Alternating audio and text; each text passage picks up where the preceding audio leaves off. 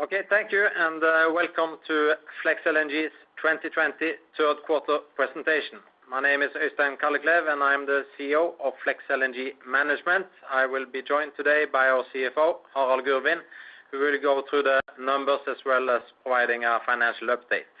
A replay of the webcast will also be available at flexlng.com. So slide number 2 is a disclaimer with regards to, among others, forward-looking statements, non-GAAP measures, and completeness of details. The full disclaimer is available in the presentation, and we recommend that the presentation is read together with the earnings report as well as our 20F annual report. So slide number 3, the highlights. Not surprisingly, the spot market stayed weak during the spring and summer due to the fallout from the COVID-19 pandemic. This adversely affected demand for natural gas, resulting in record low prices and thereby incentivizing a flurry of cancellation of flexible U.S. cargoes. Nevertheless, the market started to improve by August as restrictions were eased and economic activity picked up. The improvement in the freight market was, however, somewhat derailed and delayed by the most active hurricane season on record in the U.S., resulting in temporary shutdowns of LNG export plants in the Gulf of Mexico. The tropical storm Iota recently became the 30th named tropical storm, breaking the record of 27 named tropical storms from 2005 when Hurricane Katrina devastated New Orleans. However, the supply disruptions in the U.S. as well as other places like Australia and Norway, together with the seasonal increased gas demand, spurred a big rally in global gas prices during the autumn, with TTF and JKM going from summer lows of $1 and about $2 per million BTU to about $5 and $7 respectively today. The gas rally has thus improved economics markedly for the industry. The strong prompt prices for LNG has resulted in floating storing being more or less liquidated at a time when floating storage typically tend to build up. Hence, our expectation that we would see a lot of floating storage this year due to the strong contango in gas prices during the summer vanished due to this incredibly strong gas price rally. The strong gas prices have resulted in cargo cancellations tapering off, and this together with significantly more pull from Asia, which has pushed freight rates above $100,000 again by October. I'm pleased to say that despite the many challenges caused by the pandemic, we have continued to operate our ships with 100% uptime and excellent safety record. Cargoes have been delivered without disruption or delays to our customers. We have also taken delivery of 4 new LNG carriers from yards in South Korea on budget as planned during July to October, and I will provide a bit more color on the operations shortly. In Q2, we delivered average time charter equivalent earnings of TCE of $47,000 per day. At our Q2 presentation in August, we guided that revenues would be higher in Q3 compared to Q2 as our fleet have been growing with additional new builds. Revenues thus grow from about 26 million to 33 million. We also guided that TCE for Q3 was expected to be similar to Q2 despite the cost associated with mobilizing the 3 new buildings we took delivery in third quarter. This estimate was indeed very accurate as our TCE in Q3 was exactly the same as in previous quarter at $47,000 per day. This means that we have been able to navigate through very tough market conditions caused by the pandemic in Q2 and Q3 without depleting any cash. In Q3, our adjusted profit was 1.2 million. Net income was higher at 3.8 million due to favorable changes in the valuation of our portfolio of interest rate derivatives, which is utilized to hedge our interest expenses. These financial instruments fluctuate with the interest rate level in the US, and interest rates have recently picked up a bit. The overall adjusted profit for Q2 and Q3 was thus about $500,000. Given the fact that we have been through the worst downturn since the Great Depression, this illustrates how robust our business is as we have certainly not received any financial support or handouts from governments to cope with the economic consequences of the pandemic. In Q1, prior to the virus going viral on a global scale, we delivered fairly good trading results with TCE of $68,000. With the guidance of $70,000 to $75,000 for Q4, we are thus generating pretty good results in the two winter quarters this year. Overall, for the year, we should end up at around $60,000 per day, which is well above our cash break-even level of about $47,000 per day, despite the headwinds we have faced this year. This also illustrates how well we can do in a market where we are enjoying tailwinds. As we have taken delivery of 3 ships in the quarter, our remaining capex have now been reduced to $512 million, or reduced to about $380 million following the Amber delivery in October subsequent to quarter end. We actually have $533 million in available debt for this capex, as we paid approximately $18 million in prepayments for Flex Amber as part of an agreement to move the delivery of her from end of August to mid-October. This in order to fit her into the schedule under the variable time charter, which we have secured for her.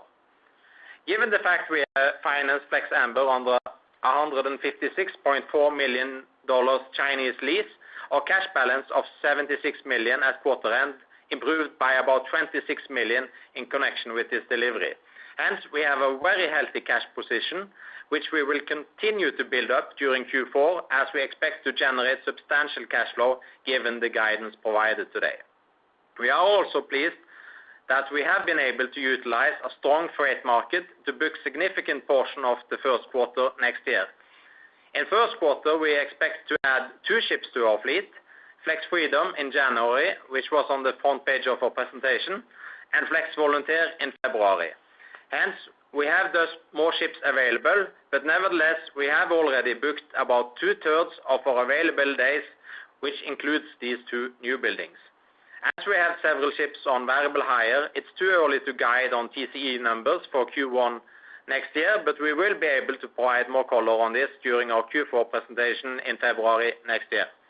Hence, with strong cash position, a fully financed fleet consisting entirely of the next generation ships, coupled with good earnings visibility and the industry's lowest cash break-even levels, as well as light in the tunnel when it comes to COVID-19, given recent progress when it comes to vaccines. The board has therefore decided to reinstate the dividend. We have suspended the dividend for the last 2 quarters, given the risk and uncertainty created by the COVID-19 pandemic. Now, we have demonstrated that we can manage this risk very well, and we are thus pleased to again reinstate the dividend, which the board for Q3 has set at 10 cents per share. So, moving on to slide 4, which provides an overview of our fleet composition. As of today, we have 3 ships on fixed TCs. This is Flex Ranger, which commenced a new TC with Spanish utility Endesa at the end of May. In July and September, we took delivery of Flex Aurora and Flex Resolute, and both these 2 ships were fixed on shorter-term TCs of 8 and 11 months respectively. The Flex Aurora time charter has recently been extended to 11 months in total, similar to Flex Resolute. Today, we also have in total 3 ships currently operating under variable hire TCs. These variable hire TCs provide us with what could be described as utilization insurance in soft markets, while we maintain exposure to the overall freight market. As we've been bullish on considerably higher rates in Q4, we are thus benefiting from increased earnings on these ships now. The ships serving such contracts are Flex Enterprise, Flex Artemis, which was delivered under a long-term variable TC to Gunvor in August, as well as Flex Amber, which we took delivery of in October subsequent to quarter end. With improved spot market, we are also pleased to have 4 ships operating in the spot market. The ships currently trading spot are Flex Endeavor, Flex Rainbow, Flex Constellation, and Flex Courageous. For our spot ships, we do try to find a balance between maximizing rates and periods, as we do have 3 additional ships for delivery next year, and thus like to also add earnings visibility. We are thus pleased that we have already booked 2/3 of available days in first quarter next year, as mentioned. We have agreed with the yard to slip Flex Freedom into next year and thus making her a 21 vintage. She was originally scheduled for delivery end of November this year. By postponing her to January 21, we are spreading out our dry docks with 4 ships being 18 vintage, 2 ships 19 vintage, 4 ships 20 vintage, and the remaining 3 ships being 21 vintage. We expect to take delivery of Flex Freedom early January, and we are now actively marketing her for potential clients. Flex Volunteer have already carried out her sea and gas trials, and she can also be available early next year, but her scheduled delivery slot is end February. Our last new building will be Flex Vigilant, which is scheduled for delivery end of May. With Flex Vigilant on the water, our new building program is complete with 13 large ultra-modern LNG carriers on the water by second quarter next year. Our earnings capacity will thus increase by 30% early next year compared to fourth quarter this year, and finally, all our invested equity will start generating income in contrast to 2018, 19, and 20, when a very large portion of our equity have been tied up in new buildings, which generate zero income and thus dragging down our return on equity numbers for those who pay a lot of attention to those. So, slide 5, before handing over to Harald for a financial review, I want to touch upon a very important matter which is always on the top of our agenda, but even more so this year due to the COVID-19 situation with all its implications. With the outbreak of the COVID-19, countries have locked down and put up a lot of travel restriction and impediments for crew changes and repatriation of seafarers. This has resulted in what can only be described as a humanitarian crisis with significant concern for the safety of seafarers.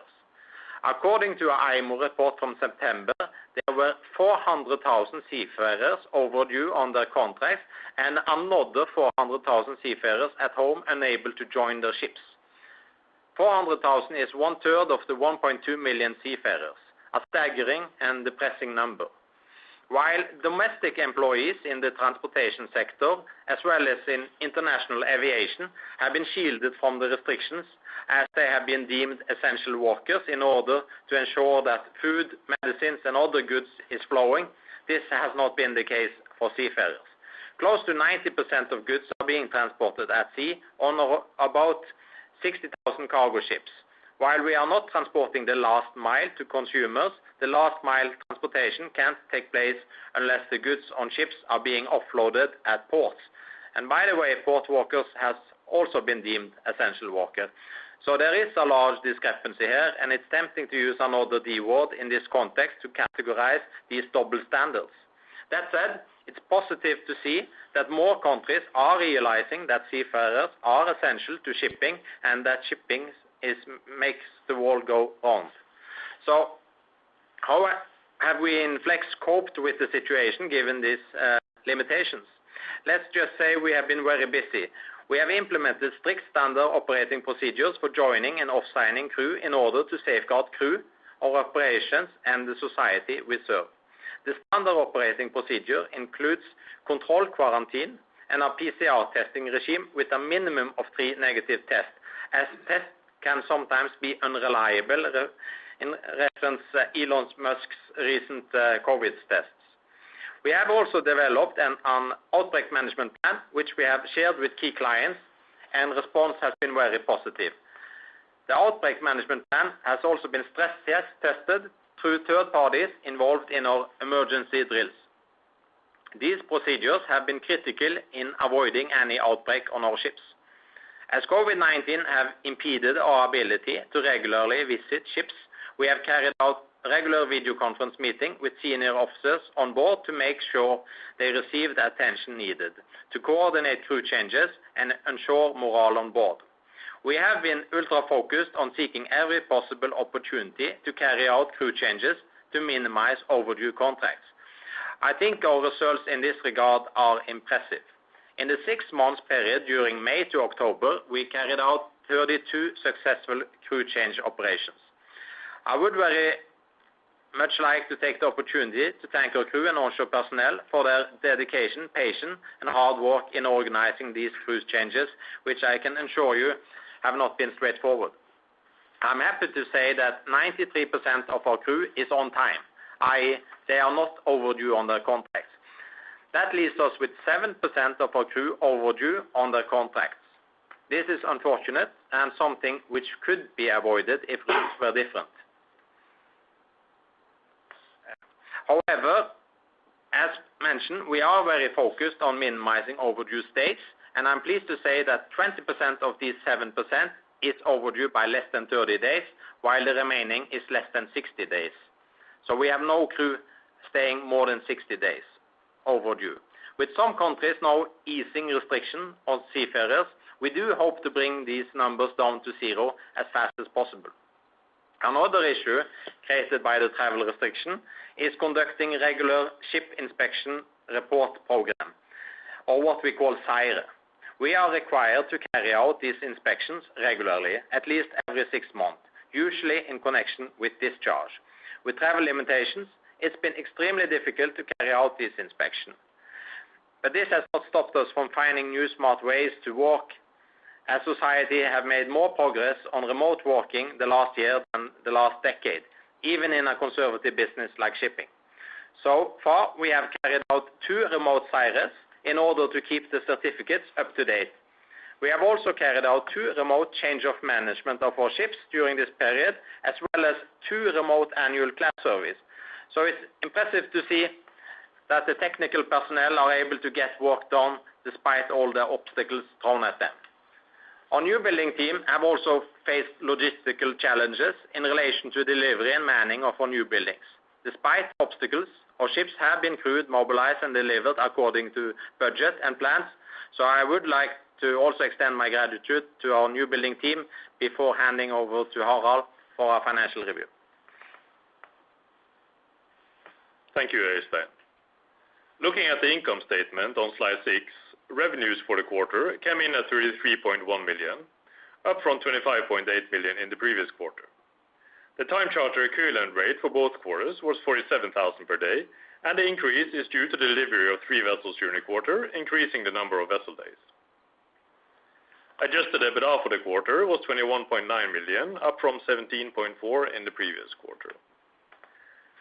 The result for the quarter includes a gain on derivatives of 2.1 million relating to our interest rate swaps, which includes an unrealized non-cash gain of 3.5 million. This compares to a loss of 6.6 million in the previous quarter, of which 6.2 million was unrealized. At quarter end, we had entered into interest rate swaps totaling 710 million at an average interest rate of approximately 1.2%. The gain on interest rate swaps was a result of the increase in longer-term interest rates during the quarter, following a significant drop during the first half of 2020 due to the COVID-19 pandemic. Net income for the quarter was 3.8 million, up from a net loss of 6.7 million in the previous quarter. Adjusted net income for the quarter was 1.2 million, or 2 cents per share, compared to an adjusted net loss of 700,000, or 1 cent per share in the previous quarter. Then moving on to our balance sheet as per September 30th on slide 7. Following delivery of the 3 new buildings, our assets at quarter end consisted of 9 vessels on the water with an aggregate book value of 1.7 billion. In addition, we have booked vessel purchase prepayments of 218 million relating to the 4 new buildings still to be delivered at quarter end. This represents the advance payment on these, including the 17.8 million we prepaid on Flex Amber in July to postpone delivery to October. In connection with the vessel deliveries, the first 3 tranches totaling 387 million were drawn under the 629 million ECA facility we entered into in February, increasing the total debt at quarter end to 1.1 billion, of which approximately 54 million is due over the next 12 months and thus classified as current liabilities. Total equity as per quarter end was 816 million, giving a strong equity ratio of 41%. Looking at our cash flow on slide 8, cash flow from operations was close to 20 million in the third quarter. This includes positive working capital adjustments of 9.6 million, mainly due to an increase in prepaid hire following the stronger market in the fourth quarter compared to the third quarter. Scheduled loan installments were 9.3 million, and in addition, we had financing costs of 6 million, mainly relating to upfront and commitment fees on the 629 million ECA facility, and also the new 125 million facility for Flex Volunteer. Total new building capex for the 3 new buildings delivered during the quarter was 415 million.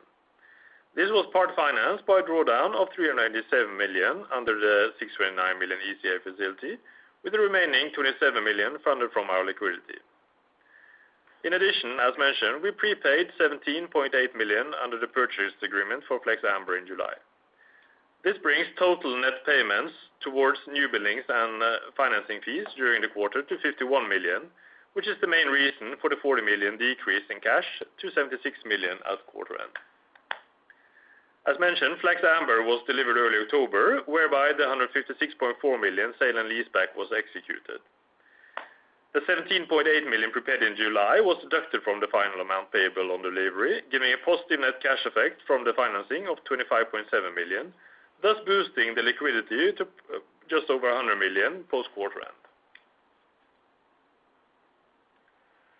Moving on to slide 9, we have now secured attractive financing for all our vessels, including the 4 new buildings still to be delivered at quarter end.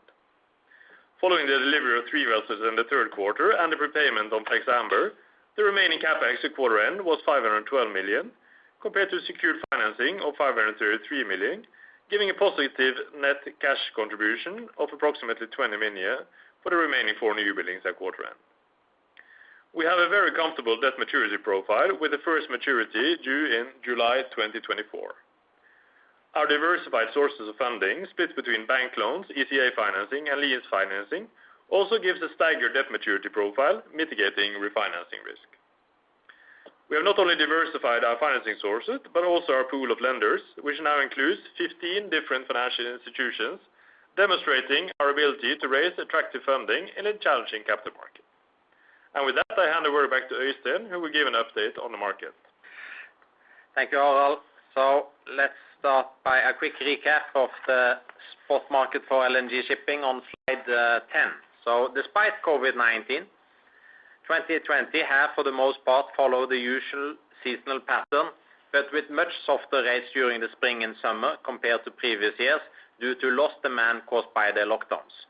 Given the scale of cargo cancellation, there have been plenty of ships in the market, and this has depressed headline spot rate as well as ballast bonus conditions.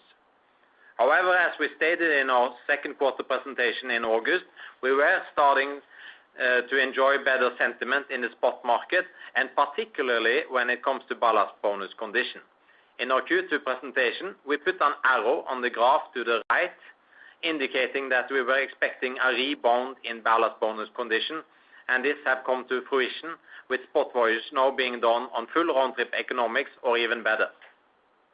This means that achieved earnings in the spot market are now typically on par or even better than headline rates, while we during the summer saw a lot of voyages being done with hire only for the laden leg, shaving the achieved TCE rate to about half of the headline rates.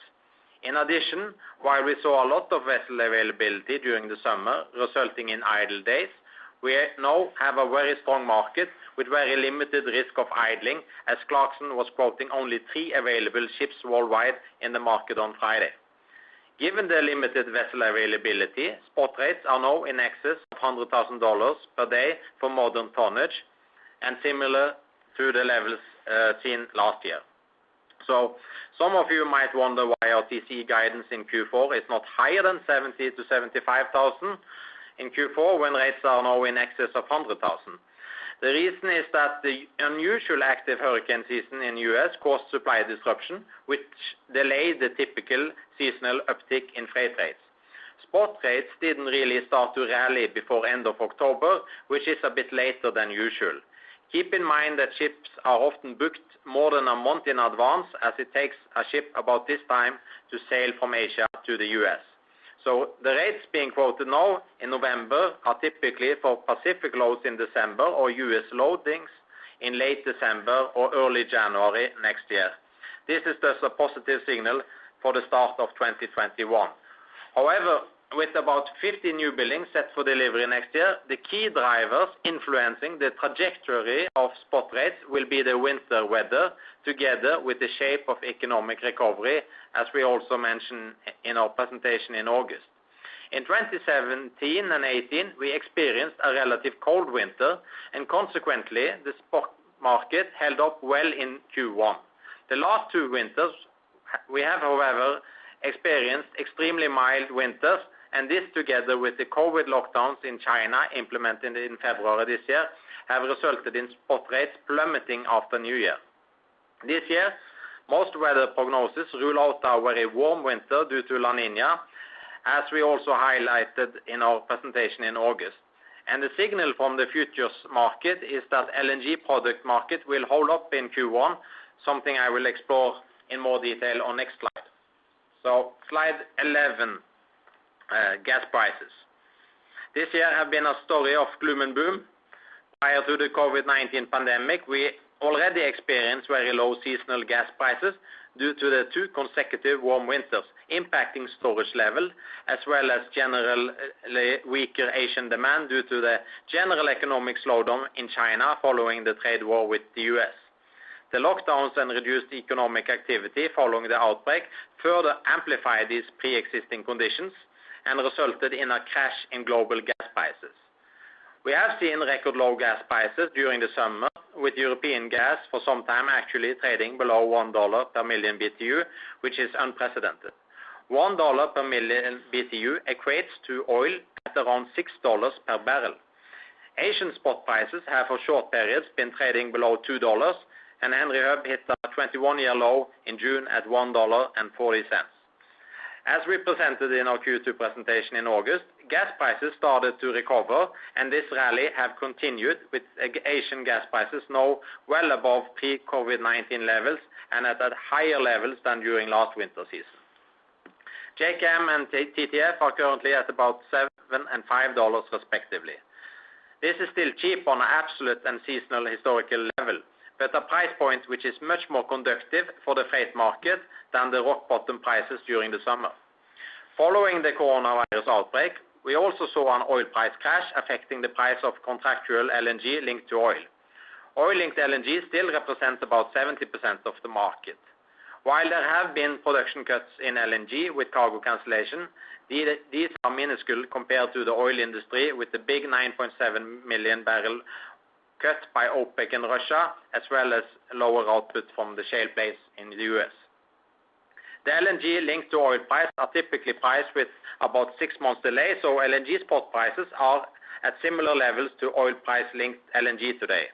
As mentioned earlier, the future markets predict that gas price will hold up in 2021 with summer spreads between TTF and Henry Hub of about $2.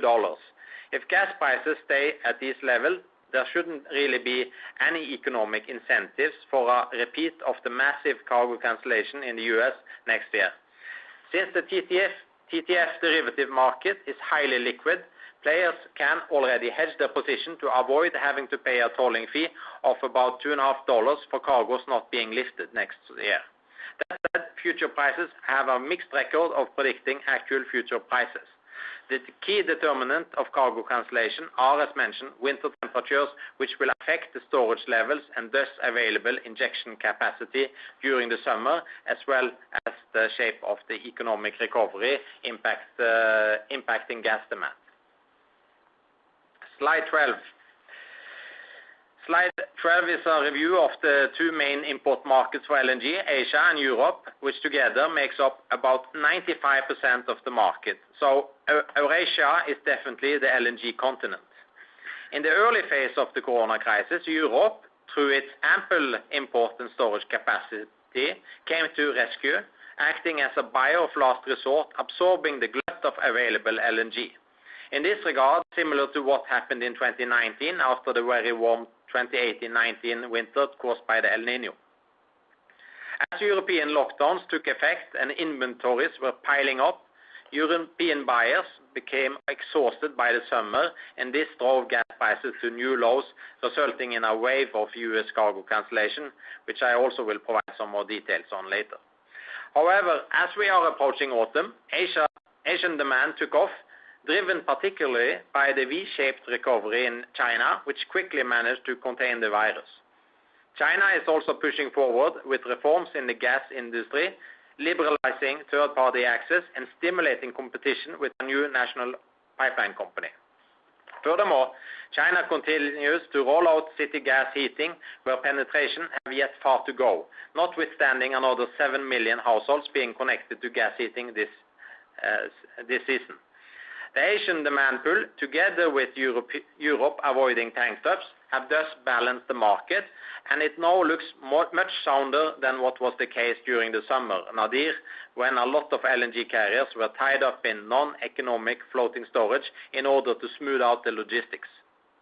So while European buyers grabbed about 28% of volumes in the first half of 2020, this fell to only 19% in Q3, as Asia increased its shares from about 76% in the first half of the year to 74% in Q3. Global exports have thus been trending upwards, with September and October export volumes being marginally below last year, mostly due to supply disruption in this period and not really due to lack of demand. Increased Asian demand is also positive for the freight market, as this pulls cargoes from the Atlantic basin into Asia, which results in a big increase in sailing distances and thus generating more shipping demand. Slide number 13. So let's review the supply model another time. This model we introduced in our July webinar, and we have updated it with the recent export numbers. The model illustrates the monthly and cumulative export growth with associated cargo cancellation in the U.S. Please note that it's important to differentiate between import and export numbers. Export numbers is a better proxy for shipping demand. About 3 to 4% of exports are consumed by ships as boil-off gas during transit and cargo operations, depending on voyage length and whether it involves floating storage, which also drive freight demand. At the beginning of the year, we were expecting about 25 million tons increased exports in 2020, and the trajectory in first quarter was ahead of the curve. During second quarter, Asian demand faltered, and Europe initially soaked up these volumes by injecting cheap gas for storage, as mentioned earlier. However, during June, July, and August, low gas prices incentivized cargo cancellation, and export volumes thus declined. July and August ended up as the peak cancellation months. As gas prices have recovered, cargo cancellations have tailed off. In total, Platts reckons that 179 U.S. cargoes were canceled in 2020, and we expect around 280 cargoes to be lost in total compared to the estimates during 2020. Despite the doom and gloom, LNG market will grow this year, and we now expect export growth of 5 million tons for 2020. This is only half of the growth we expected back in July, when we expected 10 million tons of growth. And the main reason for the 5 million shortfall compared to July have not been the cargo cancellation in the U.S., as we did expect them to continue in the autumn. The shortfall has rather been related to supply disruptions in Australia and Malaysia related to Gorgon and Bintulu, the fire and shutdown of Snøhvit in Norway, and the fact that the resumption of exports from Prelude FLNG has been further postponed are the main reasons for the shortfall. On top of this, the hurricane season in the U.S. has caused cargo cancellation, which were unforeseen, and I will provide some more details on that shortly. However, in sharp contrast to other hydrocarbons and even gas transported by pipelines, LNG has managed to grow despite the pandemic, and given the curtailment of cargoes this year. The export potential for next year is considerably higher, which I will also explain a bit further.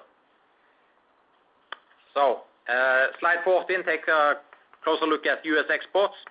As we highlighted in our July webinar, U.S. producers are inherently more at risk for cargo cancellations due to their cost base and their flexible offtake contracts, where customers can typically notify a cargo cancellation 60 days prior to loading by paying their fixed tolling fee, which tend to be around $2.50 per million BTU. This flexibility enables off-takers to cancel a lot of cargoes during the spring and summer months for economic reasons. During this period, European and Asian gas prices were at similar levels as U.S. gas prices, and it didn't make financial sense to take delivery of these cargoes, but rather just paying the tolling fee and avoid lifting them. That said, not all volumes were cancelled, as some buyers can have different incentives, as they could either be hedged or they are selling cargoes into regulated markets where global gas prices are not the key determinant. So during August, we did, as earlier mentioned, see that global gas prices were bouncing back, and this removed the economic incentive for cancelling U.S. cargoes. But at that time, when exports were recovering, we were hit by the most active hurricane season on record. And this record goes way back, all the way back to 1851. Particularly, 3 of these 30 tropical or subtropical storms disrupted U.S. exports, and we have pointed them out in the graph on the left-hand side, these being Laura, Beta, and Delta, which had pretty big impact on feed gas delivered to U.S. export plants. U.S. feed gas levels are now at record high of around 10.5 billion cubic feet a day. Adjusting for about 15% of feed gas utilized for liquefaction, this equates to annualized U.S. export volumes of about 70 million tons today, which is about their nameplate capacity. So, on slide 15, we provide an overview of the 10 largest exporters and their expected output in 2020. For those not being too fond of vexillology or the study of flag, it might be worth mentioning that the largest exporter sorted after size is as follows: Qatar, then Australia, US, Russia, Malaysia, Nigeria, Indonesia, Trinidad and Tobago, Algeria, and then Oman. The multicolored flag represents the rest of the world with output of about 42 million tons expected for 2020.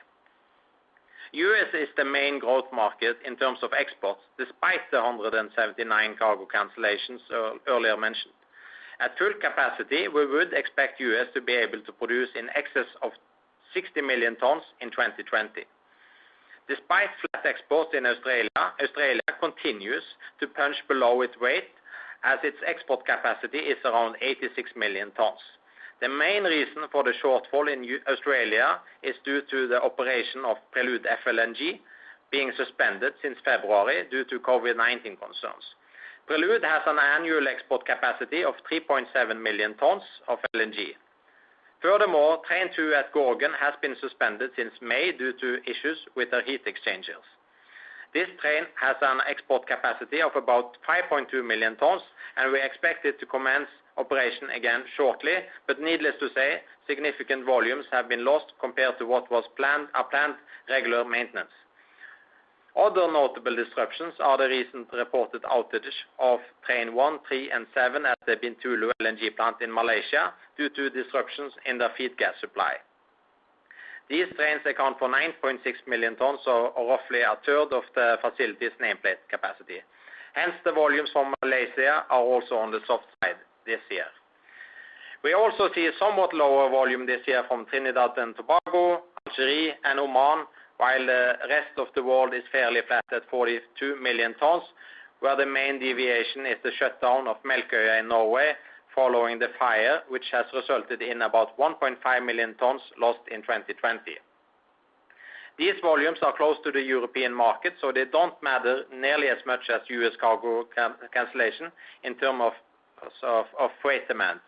Despite this shutdown, Norway can maintain its fourth place as the world's largest gas exporter behind Russia, Qatar, and the U.S., as most of its exports are linked by pipeline to the European continent.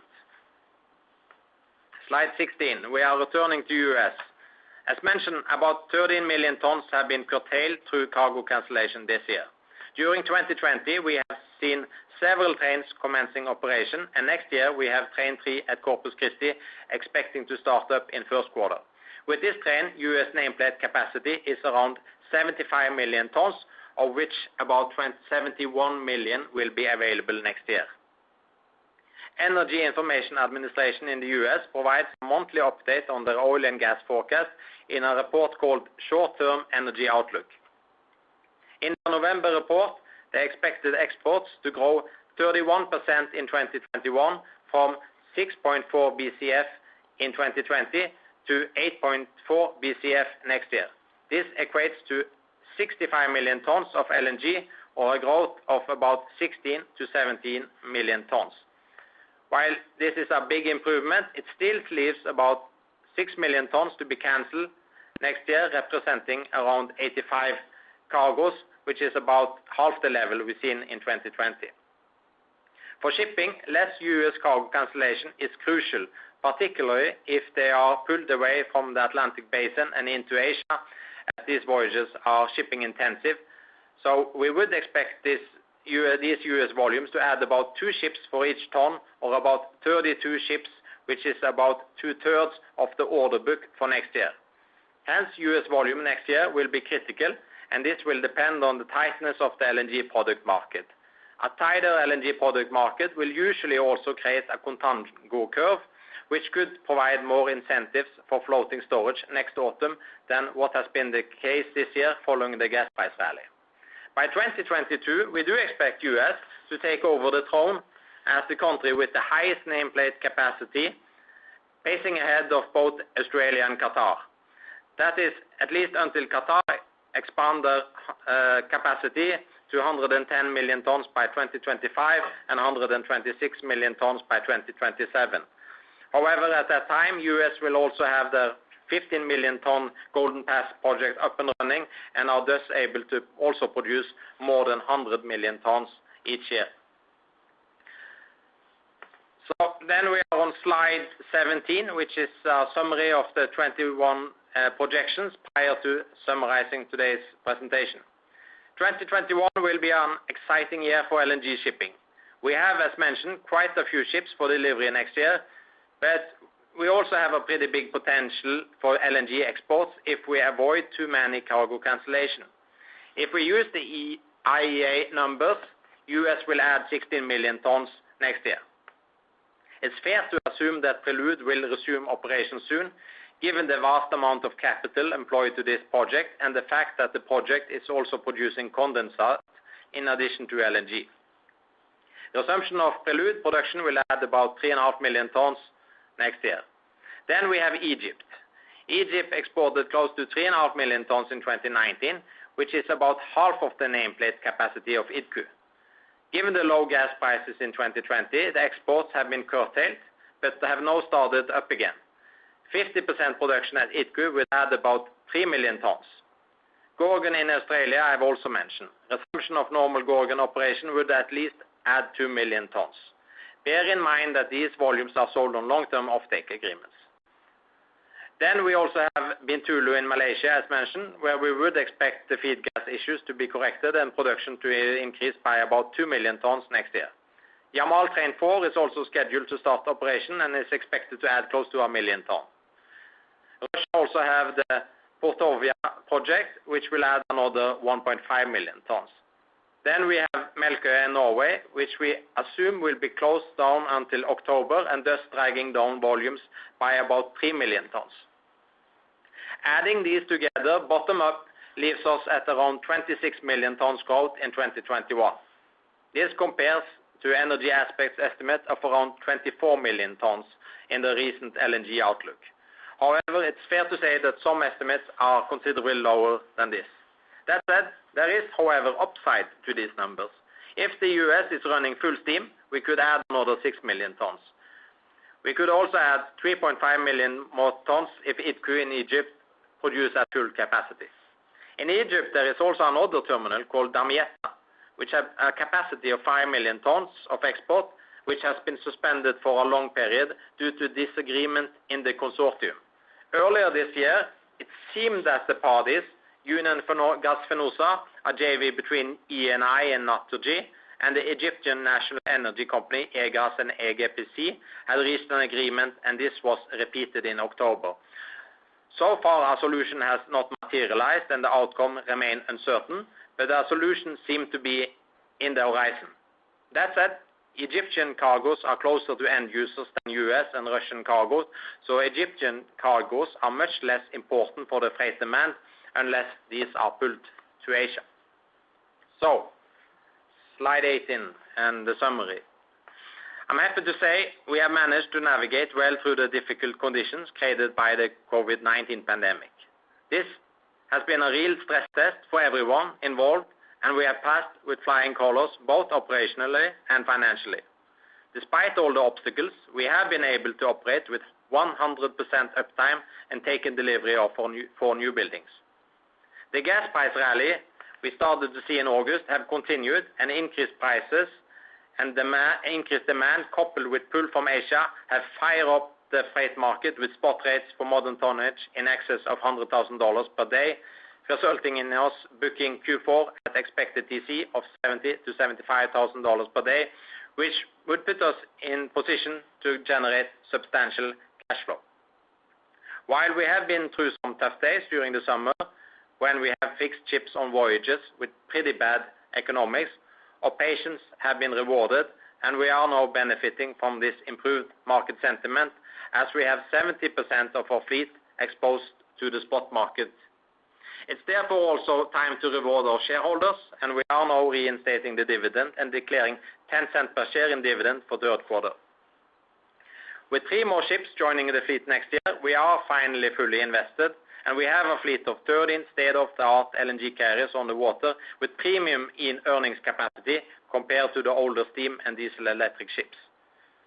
It's not like that we think 2021 will be a walk in the park given the high inventory levels and the rather large order book of ships for delivery next year. However, we are confident that we are well positioned with an ultra-modern fleet managed in-house and operated at industry-low cash break-even levels. We have demonstrated that we can operate in challenging market conditions, and we are now seeing the light in the tunnel with demand picking up and more clients favoring the newer, more fuel-efficient and environmentally friendly ships. I have lectured you on the fuel-saving and environmental credentials of our ships and LNG as a fuel for the last couple of years, so I think I will conclude today's presentation with that. And thank you for listening in. I'm happy to take your questions, so let's open up for some questions from the operator. Thank you. Thank you, ladies and gentlemen. We will now begin the question and answer session. And as a reminder, if you wish to ask a question, you will need to press star and 1 on the telephone keypad. Once again, that is star and 1 to ask a question. There are no questions at this time. Please continue.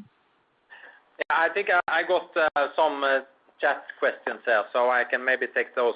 I've been talking for such a long time now, so I'm going to try to keep it a bit short. So the questions we received there is as follows. Should we consider the dividend of 10% as fixed? So that's certainly not the case. Our income is variable. It goes up and down. If you look at it year-to-date, our adjusted income or adjusted earnings per share is 18 cents. We started paying dividend last year, Q3, so we paid 10 cents.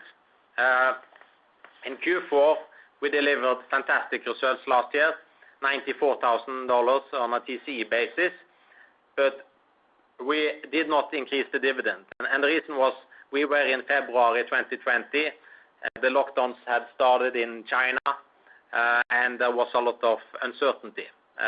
So we decided just to stay with a dividend of 10 cents for Q4. And then as the virus spread and we had our Q1 report in May, we decided to suspend the dividend given, the uncertain nature of the market developments. So we have suspended it for Q1 and Q2, and now we are delivering Q3, and adjusted EPS for these 3 quarters are 18 cents. We think it's appropriate to start with 10 cents again for this quarter. When we are delivering numbers in Q4 next year, February, of course, we will most likely have a earnings report with significantly more earnings given the guidance provided today.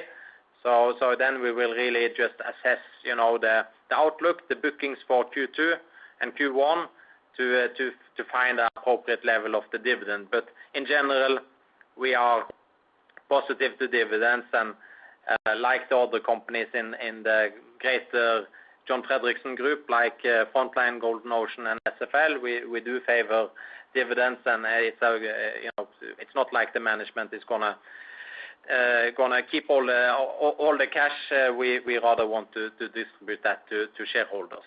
So the dividend is certainly not fixed in any way. And then we have one more question I think we can take, and it's been a question about the TCE expectation for Q1. As I mentioned, we haven't provided our TCE number for Q1 next year. It's too early. We have booked, as I mentioned, around 2/3 of the available days. But keep in mind that we have several of our ships on variable time charter, so we don't know what the rate will be on those ships. We know they will be employed, but not the rate. So it's a bit premature for us to provide a TCE guidance. But in general, when you have booked 2/3 of your fleet for Q1 next year, we are fairly positive on the outlook for that quarter. So that's it. So unless there's any more questions on the phone, I think we are adjourned for the day. There are no questions that came through. Please continue. Okay. Thank you, everybody, for joining the webcast today. The dividends, maybe for some days on that, I think it's payable 17th of December. So it won't be in your bank account ahead of Black Friday, but at least it will be in your bank account ahead of Christmas season. So I hope you can spend it well, either on buying Flex stocks or something nice for your loved ones. So thanks a lot again for joining, and we'll be back in February.